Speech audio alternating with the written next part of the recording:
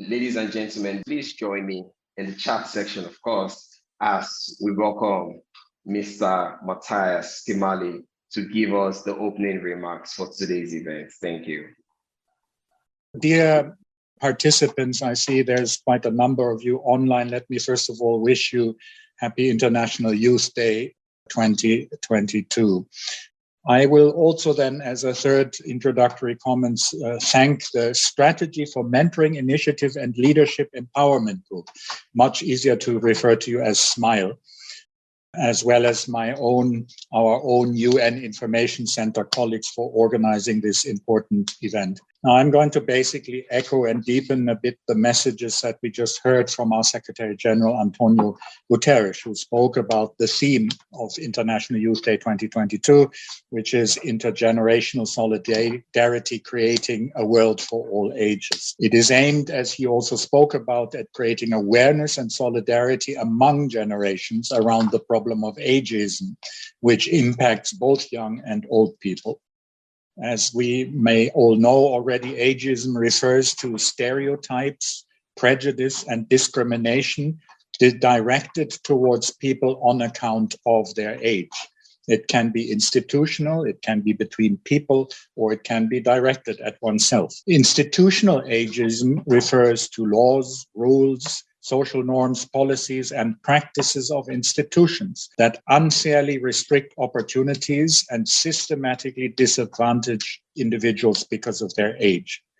For instance, as you will know, in many countries, running for some political offices is restricted to a range of age groups, and that cuts out young people from running for important offices. As I mentioned already, interpersonal ageism refers to interactions between individuals, and self-directed ageism occurs when it's internalized, when you yourself turn against yourself. So as an example, people may feel inadequate on account of their age, whether young or old. Ageism can also be driven by stereotypes. For instance, some young people may be targeted by security agencies because they consider them threats to peace and therefore subject them, these young people, to unfair scrutiny. In some other places, older women may be considered witches till today, and this can even threaten their lives. You always hear some people loosely saying, young people these days are unruly and badly behaved. Again, such sweeping statements are neither true and definitely can disadvantage young people or even people that are older. Aging, becoming older is it's a truism, a natural and lifelong process, but it's not uniform around the globe. How we age is shaped by the relationships we have with the social and physical environments in which we live throughout our lives. How we age also varies according to personal characteristics, including, for example, the family we are born into, our sex, and our ethnicity. Now, the longer we live, and I've lived 6 decades, the more different from each other we become, making diversity a hallmark of older age, diversity of views, for example. Of course, our age reflects the number of years we've been alive, but what is considered young or old partly depends on context, purpose, and culture. In some countries, you are allowed to drive at age 16. In others, you have to be at least 21 years. And it always intrigues me here in Nigeria. I haven't quite understood yet what young means. Some people think it's up to 18, others think it's up to 35. Cultures also vary as to what constitutes older age, middle age, and of course, youth. How we each think, feel, and act towards age and aging, our own and that of others, can either help us thrive or limit the lives we lead and the freedoms we enjoy. When age-based biases permeate institutions, including at times the UN, they create and perpetuate disparities between groups. Now, the UN has proposed 3 strategies to try and address this problem of ageism. The first one is around policy and law. They can be used, policies and laws, to reduce ageism towards any age group. They can include, for example, policies and legislation that address age discrimination and inequality and human rights laws. For instance, in Nigeria, I'm aware that the law on not too young to run, quote, is a good attempt at opening doors for young people to participate in running the country. Second strategy is about educational interventions.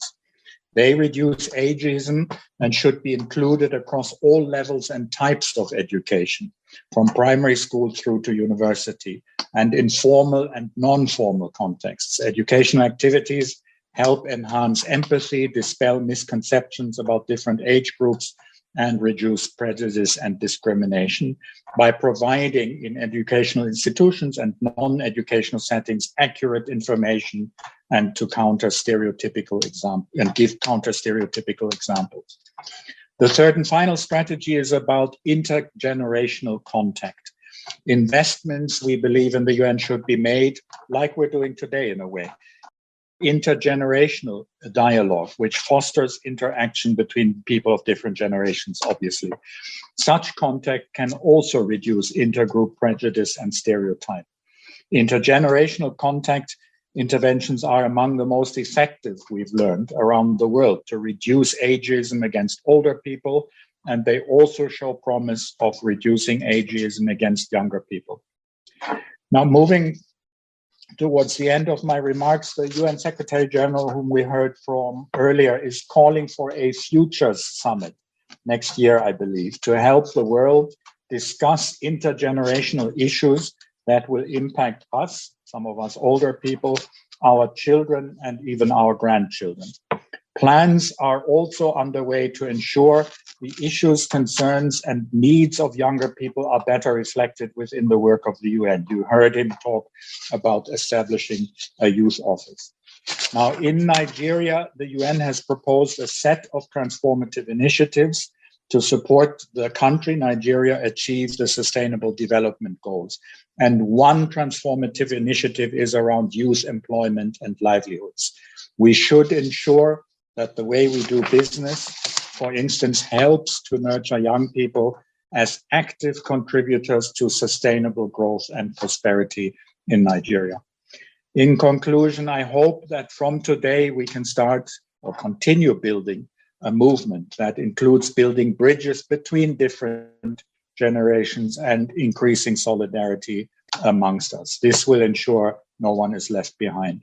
Once again, thank you for giving me this opportunity, and I wish all of you, all of us, a happy International Youth Day. Thank you. Happy International Youth Day, Mr. Matthias Schmale, and thank you so much for the remarks.